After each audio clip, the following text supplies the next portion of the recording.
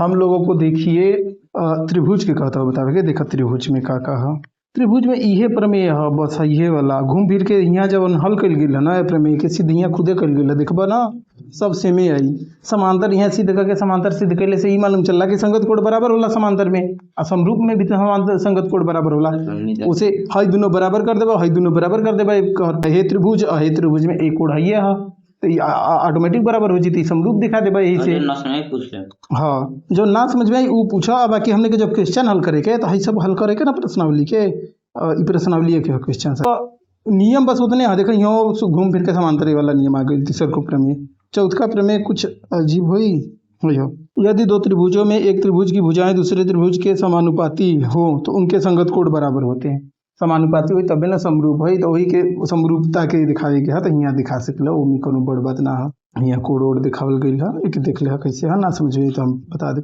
ये आसान है यार इनमें ज़्यादा कुछ ना है इनमें जाना था बस नियम के उपयोग करे के क्रम देखे के होला कि ई नियम कब उपयोग भइला लेकिन बस नियम जानल करो कि जूम आकृति के समरूप कहला बस मेन ये नियम है देखो एक नियम कितना हेतने दे नहीं है या थोड़ा सा और हे बोले हुई बस हेतना है हाँ तो समरूपता के तीनों नियम है ये तो बताइए दले रहली हयो चारों है अब बाकी यही समांतर हो खला पर उ नियम है बाकी यही समरूपता की परिभाषा तो ये कुछ ना है निरसान जनते पे अब नियम जल्दी से अभी हतना समझेगा अभी हतने समझ ले नियम जरूरी चीज है हमके एक सौ हाँ अगले महीने तक सवाल हमने लगावे लगे कि केवल सवाल लगावे के कठिन कुल सवाल लगा लेवे के असंका तो हम जन खुद लिखा ली भजन काम खत्म हल करे के तो पहले हई कि नया चैप्टर हो तो पढ़ा जाए यार नया चैप्टर पढ़वा जाए तो नया चैप्टर का क्वेश्चन बनी ना वही पुरान के क्वेश्चन रिपीट होते रही ज्यादातर मामले में और निर्देशांक ज्यामिति पढ़ी जा कि और कौन चैप्टर अच्छा हाँ इधर के कौन चैप्टर तो हमके पूछ सकेला कौन चैप्टर बतावा तोहरे हिसाब से जो नहीं पढ़ल जाए इसके बाद के त्रिभुज तक के हो गई है एक लाइन से पूरा खत्म हाई देखा एक दो चर वाले रैखिक समीकरण है दो चर वाले रैखिक समीकरण है मैं समीकरण हल करके हम कुछ ना करेंगे हाँ तो ये बस क्वेश्चन हल करे थे मतलब हाँ तो बाकी नियम जैसे त्रिकोणमिति हो गई तो भावन निर्देशांक जानती पकड़ा हो ये पढ़े के कहा ये देख ली ये आसान चैप्टर है त्रिकोणमिति पहुंच गई हाँ जितने है चलिए हाई चालू है ना अंधेरा कायम रहेगा ना लो की तो थोड़ा उधर हो जाएगा हम लोग पढ़ेंगे निर्देशांक जानती सब लोग हेडिंग डालेंगे निर्देशांक हमें स्याही चाहिए निर्देशांक मतलब बताए थे हम एक बार शायद आप लोगों को निर्देशांक यानी होता है निर्देश देने वाला अंक निर्देश यानी आदेश आर्डर देना बताना इसको कोऑर्डिनेट ज्योमेट्री बोलते हैं तो वही ऑर्डिनेट आ जाता है आर्डर वाला शब्द हमारे सहयोग खत्म होने वाला है इसमें देखिए इसमें हम लोग क्या करते हैं कि जैसे किसी सतह पे कोई चीज बताना होगा कि कहाँ पे है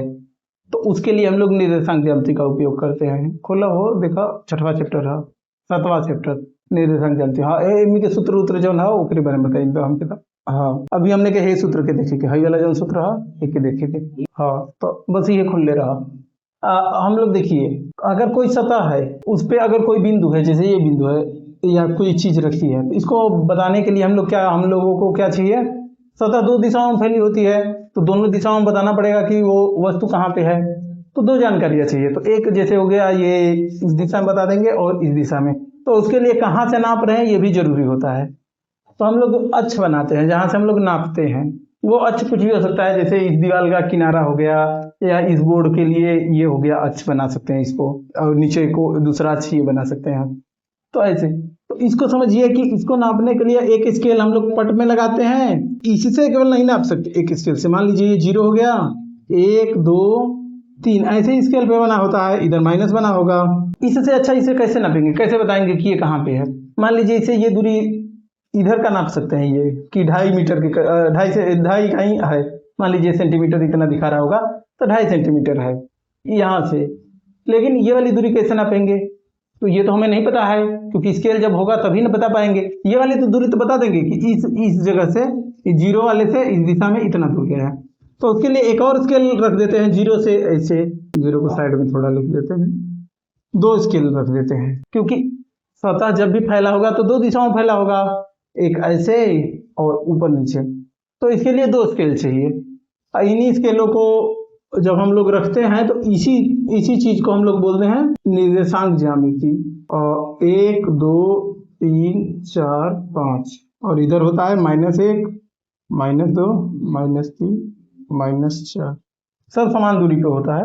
कभी मान लीजिए अगर हम कम पास दूर बनाए होंगे तो आप लोग समझ जाइएगा कि वो समान ही दूरी पर है। और इधर देखिए प्लस रखे हैं, इधर माइनस रखे हैं। इसका कारण ये होता है कि ये पड़ जाता है हम लोगों के दाएं साइड, तो दाएं हाथ से ज्यादा काम करते हैं। तो प्लस की संख्याओं के साथ भी ज्यादा हम लोग काम करते हैं। ज्यादातर हम लोग जोड़ ही करते हैं, प्लस की संख्याओं के साथ काम करते हैं। तो इसीलिए थोड़ा आसानी रहता है किसी को, नए लोगों को समझने के लिए, या अच्छा लगता है। कोई चीज क्यों घटिया काम करने जाएगा जब उसे अच्छा काम मिलेगा। तो वो इसे प्लस बना देते हैं हम लोग, इसको माइनस बाएं तरफ को इधर, और ऊपर हम लोग ज्यादा काम करते हैं तो ऊपर की तरफ प्लस। ये माना गया है, मतलब ये निर्देशांक ज्यामिति जो है इसको माना गया है। इसको काटते तल भी, अब देखिए ये जो बना रहा है स्केल, ये जितने जगह को नाप सकता है, ये जो सतह को, उस तल को, उस सतह को कार्तीय तल बोलते हैं, कार्टेशियन प्लेन इंग्लिश में। तो इस तल को मतलब ये देखिए कार्तीय तल को 4 भागों में बांटता है। एक भाग ये, एक भाग ये, एक भाग ये, एक भाग ये। सबका वो नाम भी होता है कि कौन सा भाग पहला है, कौन सा दूसरा है। बस सिंपल यार, नीचे के माइनस हो गई, ऊपर के प्लस। हाँ, अब इस रेखा को, ये जो पट वाली रेखा है, तो हर बार पट वाली रेखा थोड़ी बोलेंगे, और कहीं कहीं पे पट वाली रेखा किसी और चीज के बारे में बोला जा रहा होगा तो कंफ्यूजन होगा। तो इसको बोल देते हैं एक्स अक्ष। एक्स अक्ष ज्यादातर बोला जाता है। इस रेखा को बोल देते हैं वाई अक्ष। इस मतलब इस लाइन को, तो ये वाई अक्ष इसको बोलेंगे, इस पूरे को। तो ये वाई अक्ष ही है, इधर भी ये वाई अक्ष की माइनस दिशा है, ये वाई अक्ष की प्लस दिशा है। ये एक्स अक्ष की प्लस दिशा, ये एक्स अक्ष की माइनस दिशा। कहीं कहीं पे इसे एक्स डैश भी लिखते हैं माइनस दिशा को, तो वो एक्स डैश। अब ये हो गया, इतना समझ में आ गया। अब यहाँ पे कोई वस्तु रखा था, इसको कैसे नापेंगे? और इससे पहले ये जान जाइए, इसको बोलते हैं पहला चतुर्थांश। अब ये क्या करता है, पूरी सतह को 4 भागों में बांट दिया। 1 भाग, 2 भाग, 3 भाग, 4 भाग। 4 भागों में बांट दिया, यानी 4 अंश में, अंश यानी उसका भाग। तो इसको चतुर्थांश बोलते हैं। इसको पहला चतुर्थांश, इसको दूसरा, इसको देखिए पहला बोलते हैं, पहला इसको बोलते हैं खाई। दूसरा चतुर्थ, इसको बोलेंगे तीसरा चतुर्थांश, और इसको बोलते हैं चौथा।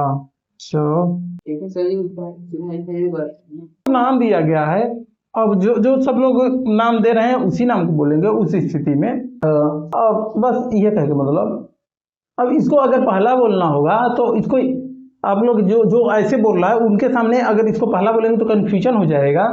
तो इसलिए मतलब कि हम लोग इसी को करते हैं। अगर आपको दूसरा बोलना है तो इसको कार्तीय तल तब नहीं कहेंगे, उसको कोई और तल बोलेंगे। इसको निर्देशांक ज्यामिति की जगह पे कुछ और बोलेंगे।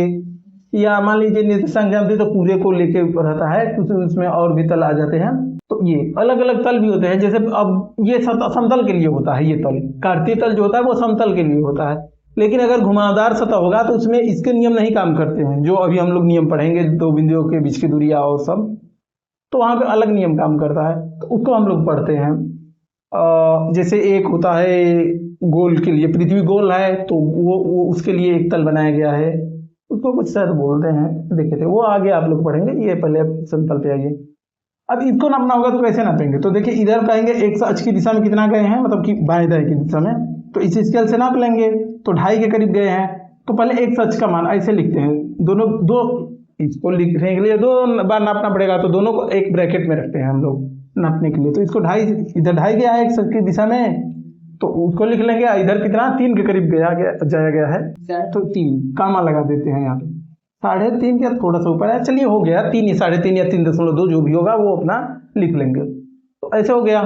तो इसको बोलते हैं, इसका निर्देशांक, इस बिंदु का निर्देशांक। हाँ, इसमें क्या होता है कि ये एक्स अक्ष का मान होता है, ये एक्स अक्ष का मान होता है, एक्स अक्ष का मान, एक्स अक्ष का मान, और ये वाई अक्ष का मान होता है, बस। और इसको भुज बोलते हैं, भुज। इसको कोटि बोलते हैं, वाई अक्ष के मान को कोटि बोलते हैं। ये बोलने का तरीका है, इसका उपयोग तो हम बहुत कम ही देखते हैं, भुज कोटि का।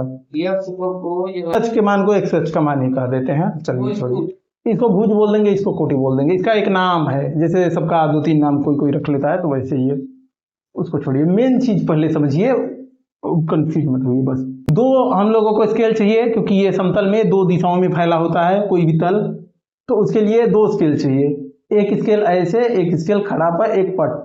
पट वाले को एक्स अक्ष बोलते हैं, खड़े वाले को वाई अक्ष बोलते हैं। दाएं तरफ प्लस की दिशा, बाएं तरफ माइनस की दिशा, ऊपर की तरफ प्लस की दिशा, नीचे की तरफ माइनस की दिशा, इतना ही है। अब देखिए इसमें कोई भी चीज होगा तो वो प्लस प्लस से ही नापेंगे क्योंकि ये प्लस की दिशा में है, दोनों मतलब दोनों स्केल के प्लस की दिशा में है।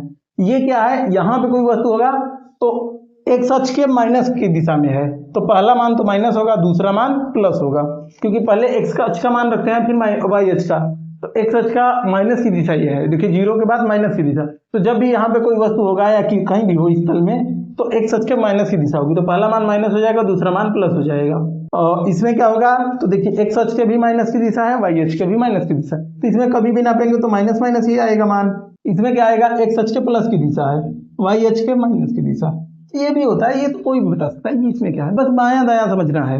और ये प्लस प्लस की दिशा इसमें आता है, दोनों मान प्लस प्लस में आते हैं। इसको छाप लीजिए आप लोग, बिंदु कहते हैं इसको, क्योंकि यहीं से हम लोग जब भी एक्स अक्ष या वाई अक्ष की दिशा में नापेंगे बाएं दाएं या ऊपर नीचे तो यहीं से नापेंगे, तो इसको बोलते हैं मूल बिंदु। मूल बिंदु इसका निर्देश होता है, ये हो गया ये 0 0, एक्स अक्ष की दिशा में भी 0, वाई अक्ष की दिशा में भी 0। अब चलिए अब आते हैं हम लोग इसको रहने देते हैं। अच्छा दूरी सूत्र आते हैं, ये हेडिंग डालिए दूरी सूत्र, वहां भी ये बनाना पड़ेगा इतना चीज।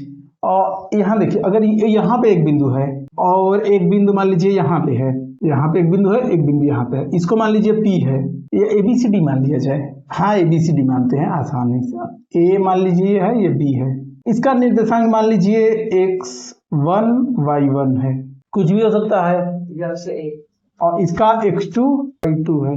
इनके बीच की दूरी ये क्या होगी, ये दूरी नापने पे क्या आएगा, इंची से, स्केल से, ये ज्ञात करना सीखेंगे। इसके लिए सूत्र होता है। तो पहले देखिए इस बिंदु का निर्देशांक x1 y1 होने का मतलब क्या है। x1 मतलब कि x दिशा में कितना दूरी गया है, x1 दूरी गया है, और y की दिशा ऊपर नीचे की होती है, यानी ऊपर नीचे y1 दूरी जाया गया है, तो इतनी दूरी क्या हो जाएगी y1, इतनी दूरी क्या हो जाएगी x1, यही होगा, सिंपल, समझ गए ना।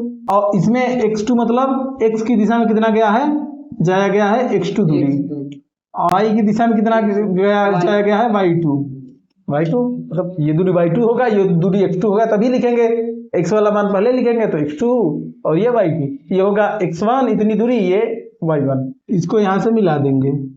ये अलग से खींच रहे हैं, मतलब इस अक्ष के समांतर एक रेखा खींच रहे हैं, इन दोनों को मिला, ये दूरी क्या हो जाएगी, तो ये पूरी दूरी क्या थी, इतनी दूरी क्या है x2, इसमें से इतनी दूरी है x1, तो इतनी दूरी ज्ञात करना है तो x2 में से x1 घटा देंगे तो ये दूरी मिल जाएगा, तो ये क्या हो जाएगा x2 माइनस x1, ठीक, ये दूरी समझ में आया। देखिए इतनी पूरी दूरी, ये वाली दूरी x2 है तो इतनी दूरी भी x2 होगा, सिद्ध में है, और ये है x1, तो x2 में से x1 इतना घटा देंगे तो ये वाली दूरी मिल जाएगी, सिंपल। अब ये दूरी क्या है y2, ये एक दूरी है y1, यानी इतनी दूरी y1 है, तो y2 में से y1 घटा देंगे तो क्या इतनी दूरी मिल जाएगी, तो ये क्या है y2 माइनस y1 दूरी। और ये देखिए यहाँ पे बन रहा है 90 डिग्री, सीध में है वो, यहाँ भी तो 90 डिग्री बनता है, ये अच्छा 90 डिग्री पे होते ही है x अक्ष y अक्ष, तो ये एक समकोण त्रिभुज बन रहा है, ये वाला मतलब यहाँ से ये चल के ये समकोण त्रिभुज बन रहा है, ए बी और मान लीजिए ये सी है, ABC एक त्रिभुज है, समकोण त्रिभुज, तो यहाँ लिखेंगे समकोण त्रिभुज, में समकोण त्रिभुज ABC में नाम भी लिख दे रहे हैं, ABC में 90 अंश के सामने की भुजा को क्या बोलते हैं, कर्ण, तो ये कर्ण, इस भुजा की लंबाई को कर्ण बोलेंगे। कर्ण बराबर होता है, कर्ण का वर्ग बराबर क्या होता है जानते हैं, ये पाइथागोरस प्रमेय है, इसको कभी हम आप लोगों को बता देंगे कि इसका मतलब क्या होता है। कर्ण का वर्ग होता है लंब के वर्ग प्लस आधार के वर्ग, ये एक नियम होता है जब भी कोई समकोण त्रिभुज होता है, 90 डिग्री वाला सीधा त्रिभुज होता है, एक मतलब कोण सीधा हो, तो उसमें ये नियम काम करता है कि इस भुजा का वर्ग करेंगे, मतलब इस भुजा का 2 बार गुणा करेंगे आपस में, इस भुजा का 2 बार गुणा करेंगे और इस भुजा का करेंगे, इन दोनों भुजाओं का 2 बार गुणा करके जोड़ देंगे तो इस भुजा के 2 बार गुणा करने के बराबर मान आता है।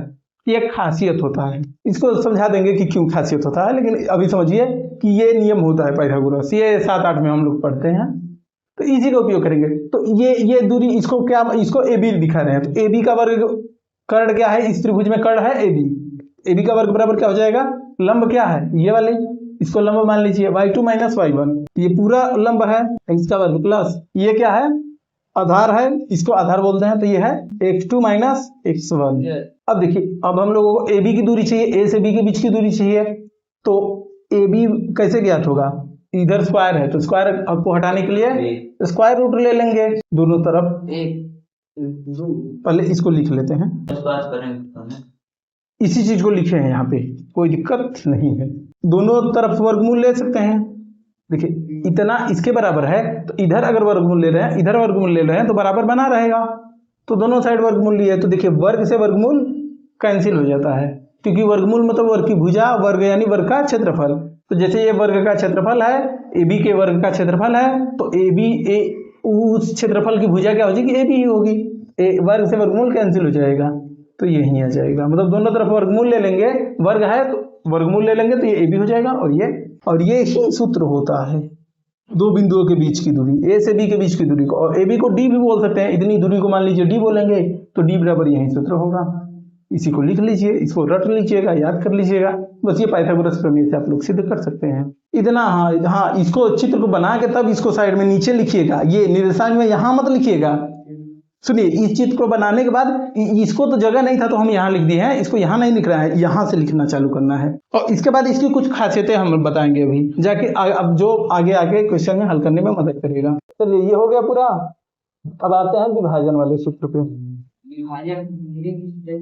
हाँ, विभाजन सूत्र लिखिए, ये दूरी सूत्र था हेडिंग, इसके बाद खत्म हो जाएगा, इसमें बस यही दो सूत्र हैं, और दोनों सूत्र को शुरू से बता दिए कि कहाँ से आता है, और निर्देशांक ज्यामिति कहाँ से भी आता है, इसकी उत्पत्ति हुई है, इसको नापने से हुई है, एक सतह पे मतलब किसी सतह पे कोई चीज रखी है तो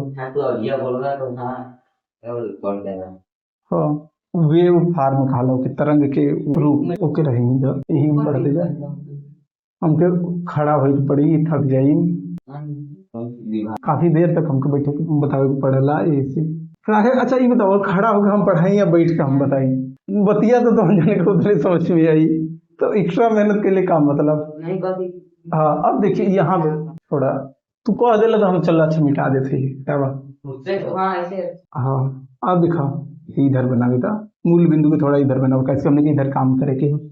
अगर हमें मान लीजिए एक बिंदु यहाँ पे है ए और एक बी है, इन दोनों को मिलाने वाली रेखा ये है, अब इस मिलाने वाली रेखा को मान लीजिए कोई बिंदु यहाँ पे, इसका निर्देशांक x1 y1 और इसका x2 y2 है, माने है ये आपको क्वेश्चन में दिया रहेगा x2 y2 और x1 y1 का मान, बस माने। हाँ मतलब माने है कि ये है। अब यहाँ पे मान लीजिए कोई बिंदु है, कहीं भी हो सकता है, इन दोनों के बीच में या बाहर भी हो सकता है, लेकिन इन दोनों की इसकी सीध में ही है, मान लीजिए कोई बिंदु P है, इसका निर्देशांक x और y है, इसी को ज्ञात करना है कि इसका निर्देशांक x y है, ये इसका मतलब x y का मान क्या आएगा, तो इसमें रिलेशन क्या है, ये P बिंदु इसको m1 और m2 में वो कर रहा है, m1 और m2 अनुपात में बांट रहा है। अनुपात जानते हैं, जैसे मतलब मान लीजिए जैसे 2:3 आ गया, तो कहने का मतलब कि किसी भी मतलब इसकी पूरी लंबाई को अगर 5 भागों में बांटे तो 2 भाग यहाँ आएगा, 3 भाग यहाँ आएगा, मतलब ये किसी चीज का 2 गुना है तो ये 3 गुना होगा उसका, इस अनुपात में बैठेगा। अनुपात यानी भाग ही होता है, इसको 2/3 लिखते हैं या 3/2 भी लिख सकते हैं।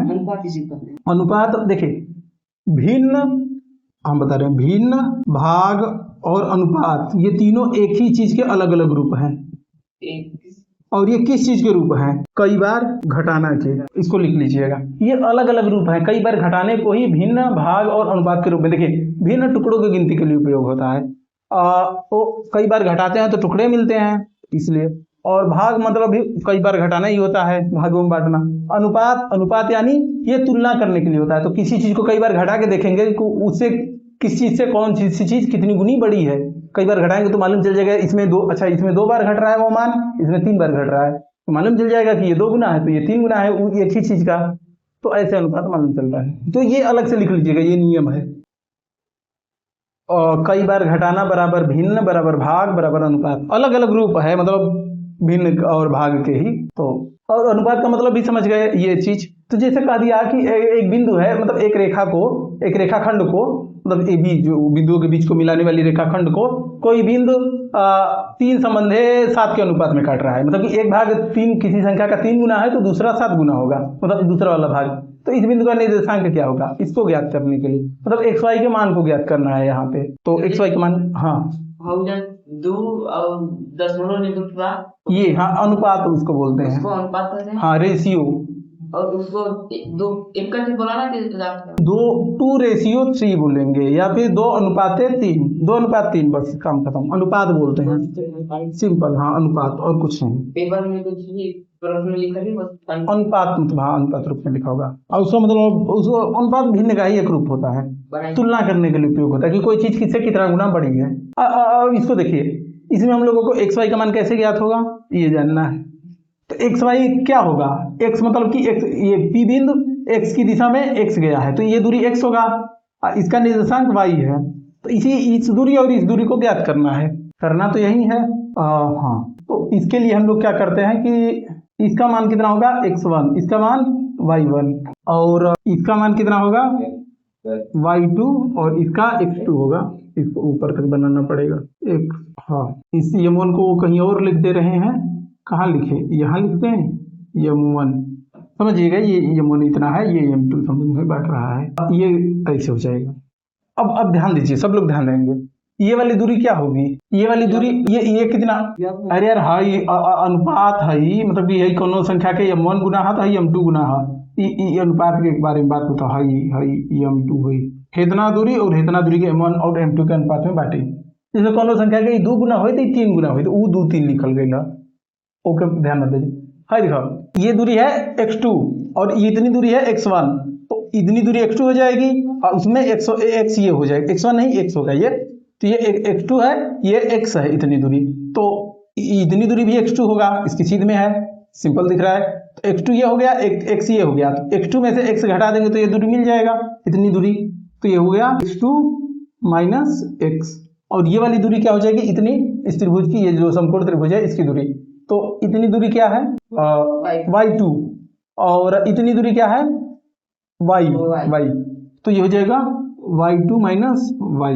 हाँ और अब ये दूरी क्या हो जाएगा, तो ये देखिए इतना पूरा दूरी y है और इतनी दूरी है y1, ये y1, तो ये हो जाएगा y माइनस y1, और इतनी दूरी क्या है x है और ये है x1, तो x माइनस x1, ठीक।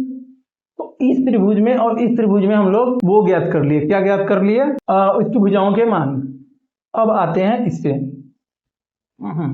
ये जो लाइन है और ये लाइन है और ये लाइन है, ये सभी लाइनें क्या है, इसके समांतर हैं, इसकी ही दिशा में है, मतलब सीध में है, और ये सब लाइनें सीध में है, ठीक है। तो अगर दो लाइनें सीध में है एक ही दिशा में, मतलब समांतर है, समान अंतर पे चल रही है, समान अंतर पे होने का मतलब कि एक ही दिशा में है, क्योंकि एक ही दिशा में होंगी तभी जो पहले उनके बीच की दूरी थी वही बाद में भी होगी, क्योंकि अंतर मतलब ये दिशा सेम है तो अंतर भी सेम रहेगा। तो यहाँ जो दूरी होगी यहाँ भी दूरी होगी, इसलिए इसको समांतर बोलते हैं, तो ये समांतर है। और किसी समांतर रेखा को कोई भी तिर्यक रेखा काटेगी तो एक रेखा जो होती है वो सीधी चलती है, सीधी रेखा की बात करें, इनकी दोनों की दिशा सेम है, देखिए इसकी दिशा जो है वो भी यही दिशा है और ये दिशा तो है ही, तो ये वाला एंगल और ये वाला एंगल क्या होगा, बराबर होता है।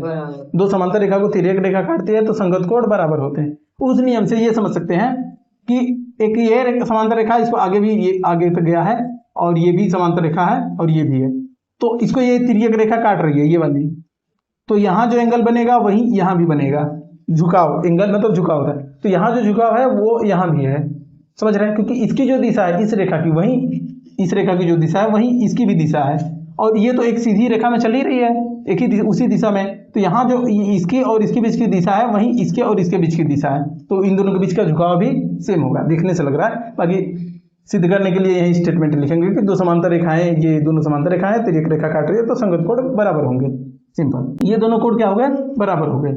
और अब देखिए हम लोगों को क्या इसको दिखाना है, समरूप त्रिभुज दिखाना है, तो समरूप त्रिभुज की दोनों भुजाएं, तीनों भुजाएं बराबर होती है, तो दो भुजाएं भी बराबर होंगी तो तीसरी भुजा ऑटोमेटिक बराबर होगी। ये देखिए ये यहाँ पे क्या बन रहा है 90 डिग्री, यहाँ भी 90 डिग्री बन रहा है, और ये कोण बराबर है तो ये कोण भी बराबर होगा, क्योंकि इन दोनों कोणों को जोड़ के 180 से घटाएंगे तो यही मान आएगा, इन दोनों कोणों को जोड़ के 180 से घटाएंगे यही मान आएगा, और वो तो मान आएगा ही, और क्या कहते हैं कि ये दोनों कोण तो बराबर ही हैं, तो 180 से घटाएंगे तब इन दोनों का मान बराबर है, तो ये कोण भी मतलब बराबर होंगे। या इसको ये भी समझ सकते हैं कि ये देखिए समांतर रेखा है, ये भी समांतर रेखा है, जैसे दो समांतर रेखाएं जा रही है, ये तिर्यक रेखा काट रही है ऐसे, तो संगत कोण कौन कौन से होंगे? ये वाला इसके संगत कोण होगा। ये इन दोनों का देख रहे हैं झुकाव बराबर की तरफ आ रहा है, तो वह उससे भी ये सिद्ध कर सकते हैं कि ये दोनों भी बराबर होंगे। तो देखिए इस त्रिभुज के और इस त्रिभुज के तीनों कोण आपस में बराबर हैं, तो ये त्रिभुज कैसा होगा? इसी त्रिभुज का जूम आकृति होगा। जूम किया हुआ आकृति, जूम आकृति को क्या बोलते हैं? समरूप त्रिभुज। हाँ, तो त्रिभुज मान लीजिए इसको ए पी और इसको मान लीजिए सी और इसको डी। तो ए पी सी समरूप क्या हो जाएगा? त्रिभुज ए पी सी समरूप पी बी डी। नाम कुछ भी रख सकते हैं। पी मतलब ये छोटा वाला त्रिभुज बड़ा वाला त्रिभुज क्या हो गया? समरूप, जूम आकृति है। हाँ, जूम आकृति है, मतलब बराबर नहीं, जूम आकृति है, मतलब जूम किया हुआ, बड़ा किया हुआ आकृति है। तो एक भुजा जितनी जूम हुई होगी उतनी ही बाकी भुजाएं भी जूम हुई होंगी। सिंपल। इस भुजा और इस भुजा का जितना अनुपात है, मतलब ये भुजा इस भुजा से जितना गुना बड़ी है उतना गुना ही ये भुजा इस भुजा से बड़ी होगी, और उतना गुना ये भुजा इस भुजा से बड़ी होगी। क्यों? क्योंकि अगर इस भुजा को अलग अनुपात में उतना जूम किया गया, बढ़ाया गया, और इसको 3 गुना किया गया, तो इसका एंगल बदल जाता, भुजाओं के बीच का झुकाव बदल जाता, लेकिन झुकाव बराबर है तो ये समरूप आकृति है। हाँ, जूम की गई आकृति है, उसी को समरूप आकृति बोलते हैं। समरूप है तो इसकी उसको जितना गुना जूम किया गया होगा तो सभी भुजाएं उसी अनुपात में जूम हुई होंगी। इस भुजा का इस भुजा को M1 मानेंगे, इस भुजा और इस भुजा में संबंध क्या है? भाग क्या आएगा इन दोनों का? मतलब कि किसमें से किसका भाग? अब देखिए, अगर इस भुजा में इस भुजा का भाग दे रहे हैं तो इस भुजा में इस भुजा का भाग देना पड़ेगा, तब अनुपात बराबर आएंगे। तो क्रम ध्यान देना होता है। तो किसमें किसका भाग दे बताइए? छोटी में बड़ी का या बड़ी में छोटी का? बोलिए। छोटी हुई त्रिभुज में बड़े त्रिभुज का भाग दें या बड़ी त्रिभुज में छोटी त्रिभुज का?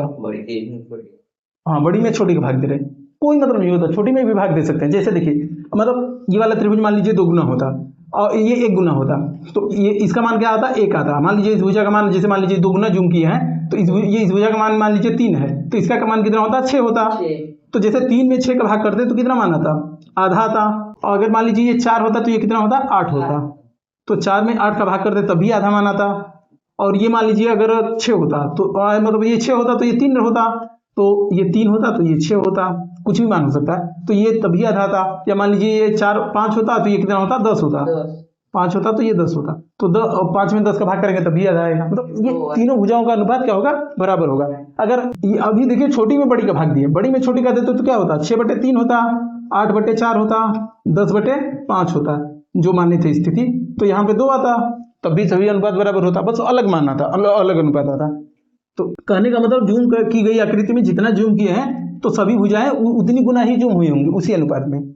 तो इस भुजा में इस भुजा से भाग देते हैं, तो M2/M1, तो इसका जो मान आएगा, जितना मान आएगा, मतलब ये भुजा जितनी बड़ी होगी इस भुजा से उतनी बड़ी होगी ये भुजा इस भुजा से। ठीक, तो क्या आ जाएगा? Y2 - Y बटे, आप कोई गलत मान लिखेंगे तो आप लोग तुरंत हमें बता दीजिएगा, Y1। और ये भुजा किससे बड़ी होगी? इस भुजा से। x2 - x बटे x - x1।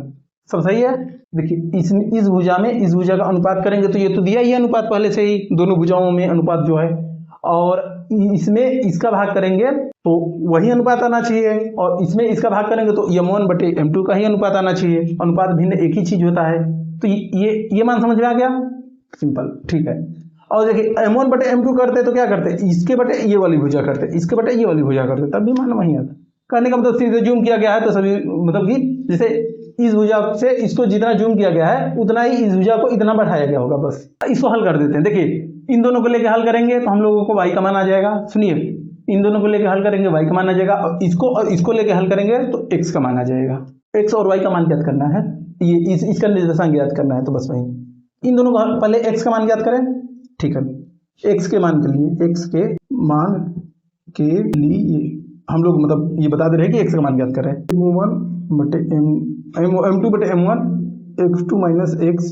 अब देखिए थोड़ा फास्ट कैलकुलेशन करना पड़ेगा, ठीक है। यहाँ ध्यान दीजिए, तीनों चीजें बराबर हैं, ये बराबर हैं, तो इन दोनों को बराबर लिख सकते हैं। 3 चीजें बराबर है तो 2 चीजें तो ये दोनों चीजें तो बराबर होंगी ही, तो इन दोनों को लिख दिए बराबर। इसके बराबर ये लिख सकते हैं, सिंपल बेसिक नियम है। हाँ, इसके बराबर ये लिखे। अब क्रॉस मल्टीप्लिकेशन करते हैं, इसका इसमें गुणा करते हैं, इसका इसमें करते हैं।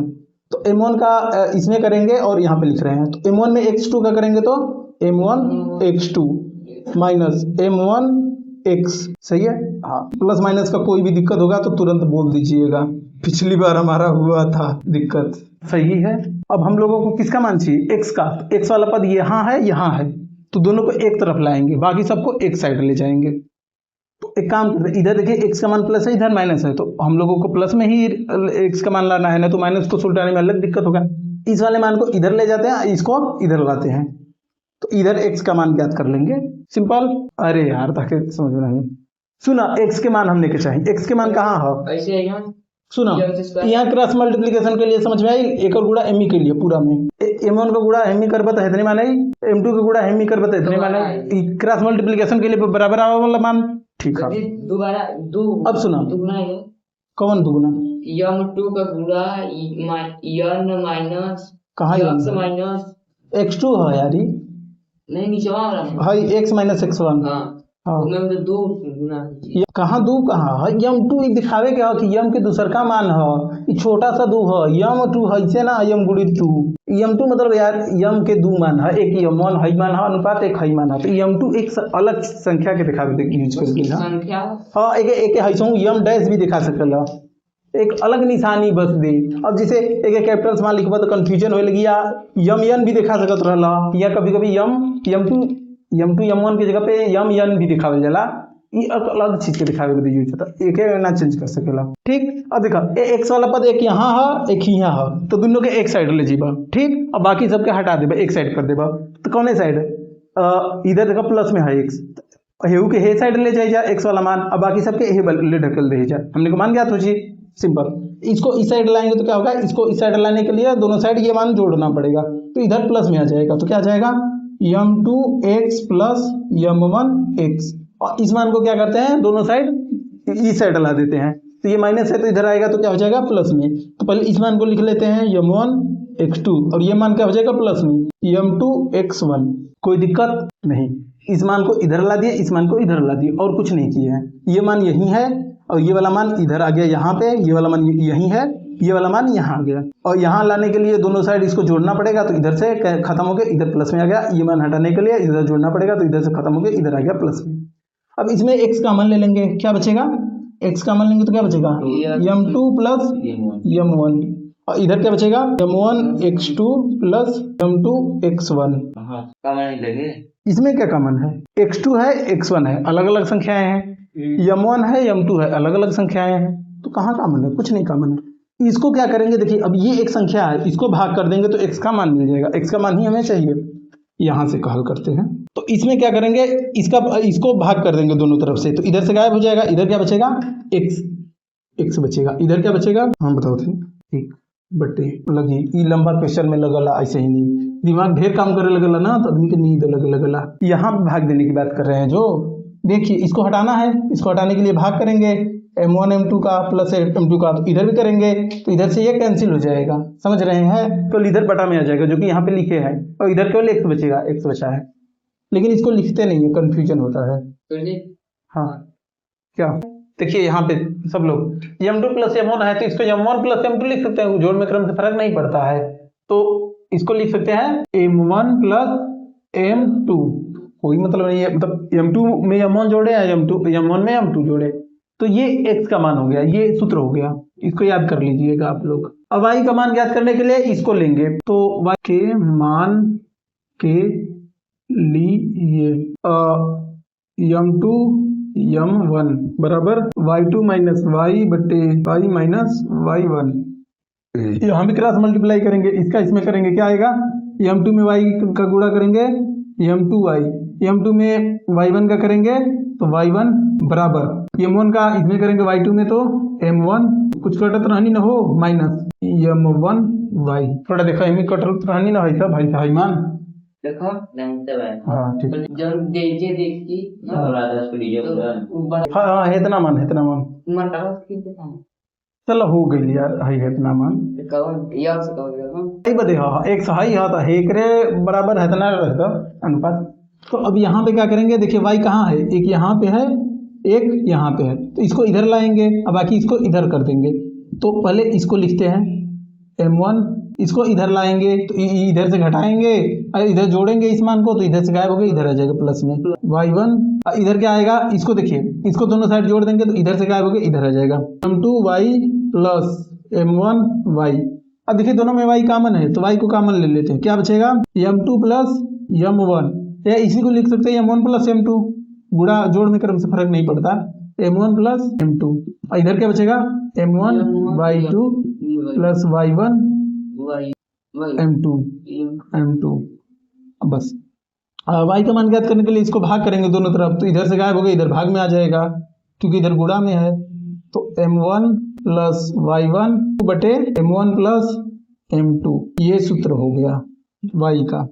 तो इसका निर्देशांक ये आएगा, इसका निर्देशांक ये आएगा, इसका ये सूत्र हो गया, इसको रख के हल करेंगे हम लोग। कौन वाला भाग पहला, देखिए यहाँ पे क्रॉस मल्टीप्लाई किए, इतना मान आया, इस मान को देखिए यहाँ माइनस में, इधर लाएंगे तो प्लस में हो जाएगा, तो देखिए प्लस में हो गया यही मान, इसको इधर से हटा देंगे, ये वाला मान इधर देखिए प्लस में आ गया क्योंकि इधर माइनस में था, इतना आ गया। अब इन दोनों में क्या कॉमन है, y कॉमन है, दोनों में गुणा हो रहा है, एक ही बार गुणा करिए तो m2 प्लस m1 आ गया, तो m2 प्लस m1 या m1 प्लस m2 दोनों तो बात एक ही है, जोड़ में क्रम से फर्क नहीं पड़ता, इतना हो गया।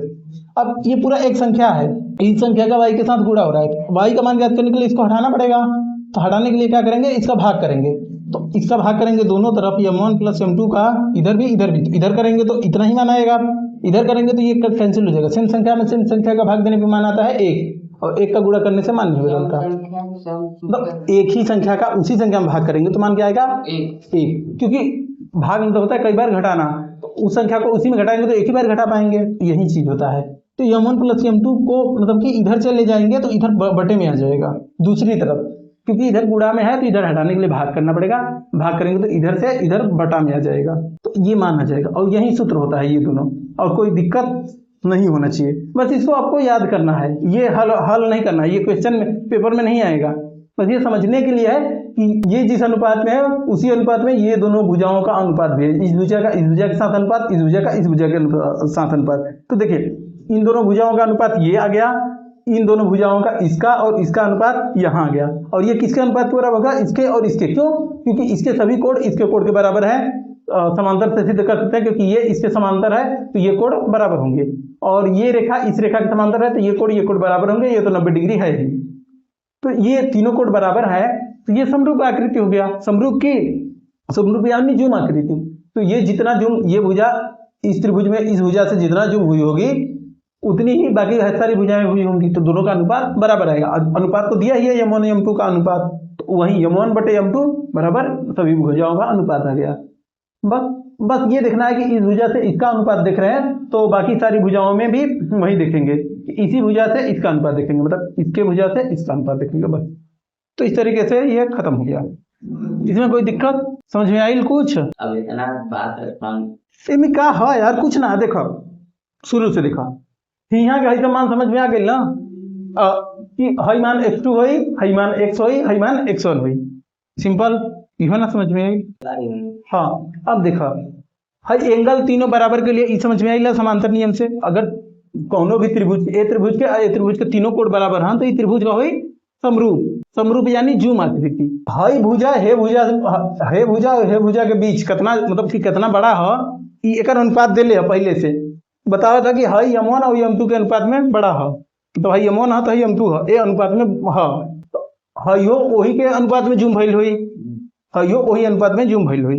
तो हे भुजा के देखा, हे भुजा से हे भुजा के अनुपात देख लिया जाए, मतलब m2 बटे m1 कर लिया जाए, m2 बटे m1, तो हे भुजा बटे हई भुजा करे पड़ी, तो देखो ई भुजा बटे ई भुजा, हे भुजा के मान y2 माइनस y आइला, हेकर y माइनस y1 उहे से रख ले, हेकर और हेकर भाग भी उतने आवे के चाहिए बराबर, तो सब भाग के लिए जा। अब देखो हे दोनों के लेके बस सिंपल कैलकुलेशन के लिए जा, क्रॉस मल्टीप्लिकेशन और सिंपल पक्षांतर के, तो हई मान आ गई है, हे दोनों के मान लेके क्रॉस मल्टीप्लिकेशन करके y वाला मान हई दोनों मान के एक साइड लिए ले जा, तो हई आंसर आ गई है, बस मतलब सूत्र आ गई है, ये सूत्र के छाप लो जा, बस काम खत्म, नहीं और कुछ ना। हाँ ये देखा जाओ, अब यहाँ देखो, देखिए अब अगर हम लोग बीच वाला मध्य पद के लिए सूत्र निकालना चाहें, जैसे अगर ये बिंदु A है, ये B है, इन दोनों के मध्य बिंदु में, मतलब कि ये P जो बिंदु है ये बीच में है एकदम, मतलब एक संबंध एक का अनुपात है, बीच में होगा तो एक संबंध एक का अनुपात कहेंगे, या दो संबंध दो का, या तीन संबंध तीन, मतलब ये 3 गुना बड़ा होगा तो ये भी 3 गुना बड़ा होना चाहिए, तभी बीच में कहलाएगा। तो इसको बटे में लिखेंगे 3/3, इसका मान 1/1 के ही बराबर होगा। हाँ, तो एक संबंध है, एक का अनुपात होगा, तो क्या आएगा, P का निर्देशांक Px y बराबर क्या आ जाएगा। तो पहला निर्देशांक होगा, क्या होता है सूत्र जो लिखवाए थे, बोलिए वो वाला, m1 x2 m2 x1 समान के भाई x का मान बदले बताइए। x2 प्लस m2 x1 बराबर x बटे m1 प्लस m2। देखिए अब अनुपात कितना है, m1 m2 का मान क्या है, 1 है बीच बराबर x। हाँ वो तो हो गया, तो x की जगह पे ही लिख रहे हैं, बाकी निर्देशांक अलग लिखेंगे।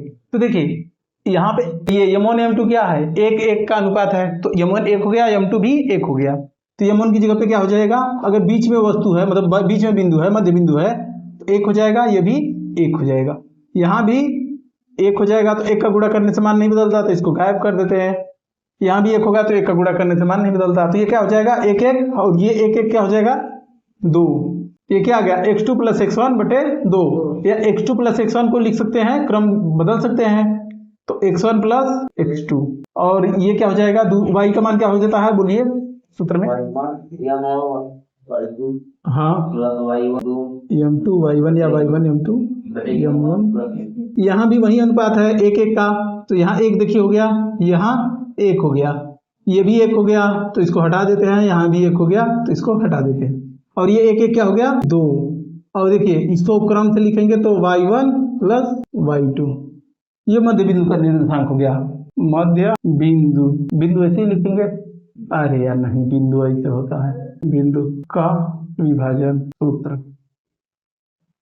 अगर कोई भी बिंदु, अगर किसी बिंदु को ए बी को अगर बीच में से, मतलब उसके बीच में है, तो उसका निर्देशांक ये आएगा, x का निर्देशांक ये, y का ये, x का आएगा x1 प्लस x2 बटे 2, y1 प्लस y2 बटे 2, यही है मध्य बिंदु का निर्देशांक। वो यहाँ पे दिया होगा कहीं पे, ये भी याद रखना होता है, क्योंकि इस पे डायरेक्ट हम लोग सूत्र रख देते हैं।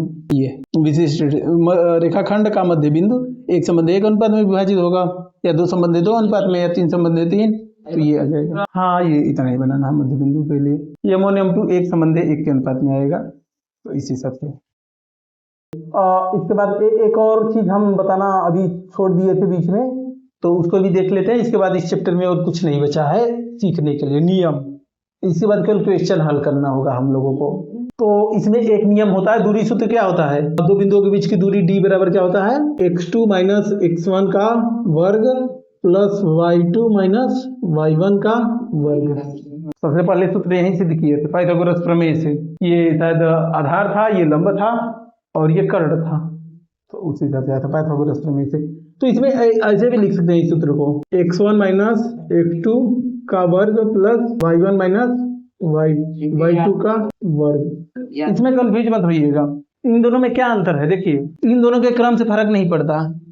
पूछिए क्यों, क्योंकि अगर एक बिंदु यहाँ है, एक बिंदु यहाँ है, ऐसे हो गया। लेकिन मान लीजिए x वाला बिंदु ऊपर होता, x वाला बिंदु ऊपर होता, तो ये बड़ा मान होता, तो ये वाला दूरी आता, x1 में से x2 को घटाना होता, तो ये सब। तो ये काम कैसे करता है, तो देखिए इसका वर्ग करना है। जैसे यहाँ मान लीजिए 3 4 होता, इसका मान लीजिए 3 है, इसका मान 4 है, 3 में से 4 घटाते कितना आता, -1। -1 का वर्ग करते क्या आता 1, यहाँ घटाते क्या करते 4 में से 3 घटाते, मान आता 1, 1 का वर्ग करते क्या आता 1। माइनस का भी वर्ग एक ही आता है, प्लस का भी वर्ग एक ही आता है, तो फर्क नहीं पड़ता। जैसे यहाँ 7 होता, यहाँ होता 4, तो घटाते तो क्या आता 3, 3 का वर्ग क्या हो जाता 9, 3 का वर्ग 9 हो जाता। अब यहाँ देखिए क्या होता, 4 माइनस 7 हो जाता, तो -3 आ जाता, इसका वर्ग क्या हो जाता +9 ही होता। तो दोनों स्थितियों में तो मान उतना ही आ रहा है, इसीलिए क्योंकि यहाँ वर्ग है तो इनका क्रम बदल सकते हैं। 2 बचा है सभी वर्ग। हाँ, 2 भुजा वाला जब भी वर्ग बनाएंगे तो उसका क्षेत्रफल 4 आएगा। 2 है तो 2 वर्ग। हाँ देखिए 2 भुजा वाला वर्ग बनाएंगे, 2 2 2 2, तो इसका क्षेत्रफल 4 आएगा। हाँ, ये समझ गए। तो ये कहीं अगर y2 माइनस y1 है तो आप y1 माइनस y2 भी लिख सकते हैं, कोई मतलब नहीं है। और कभी कभी ऐसे भी लिख सकते हैं, इसमें क्या करें कि आप x2 माइनस x1 कर दें और प्लस y1 माइनस y2 कर दें, मतलब आधा इसका ले लें, आधा इसका ले लिया जाएगा, तब भी कोई मतलब नहीं, ये वर्ग रहना चाहिए। तो ये मतलब नहीं है, किसमें किसको घटाना है उससे मतलब नहीं होता। y के दोनों मानों को घटाना है और उसको वर्ग करना है, x के दोनों मानों को घटाना है, वर्ग करना है, किसमें किसको घटा रहे हैं इससे मतलब नहीं होता।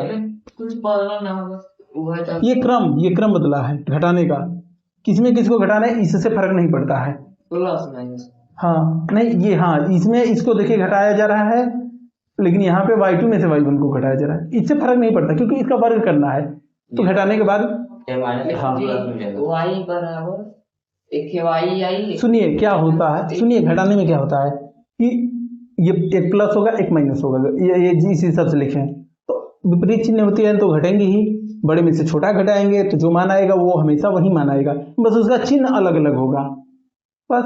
तो चिन्ह अलग अलग होगा तो स्क्वायर करेंगे तो चिन्ह का कोई मतलब नहीं रहेगा क्योंकि वो हमेशा प्लस में ही मान आएगा, बस यही दिक्कत, यही चीज होता है।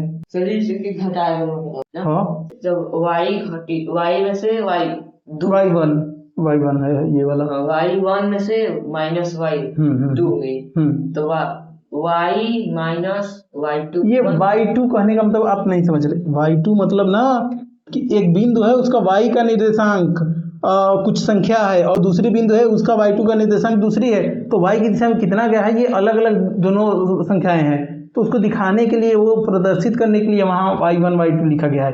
ये y2 का मतलब ये थोड़ी है कि y के साथ 2 का गुणा हुआ है, ये छोटा 2 लिखते हैं हम लोग पिछली बार घटाना, तो इनका मान हम लोगों को थोड़ी अभी पता है, मान तो क्वेश्चन में दिया रहेगा, ये तो बस जनरल हर एक जगह लागू होने के लिए लिखा जा रहा है बस। जब इसका मान हम लोगों को पता चलेगा y1 y2 का या x1 x2 का तो उसमें उसको घटाना है बस, लिख लीजिए। हाँ इन तीनों को लिख लीजिए, ये तीनों बराबर ही हैं, तीनों एक ही चीज को दिखा रहे हैं, तो क्रम पे मत ध्यान जाइएगा, कहीं भी कुछ भी लिखा जा सकता है, हर एक बुक में अलग अलग होता है।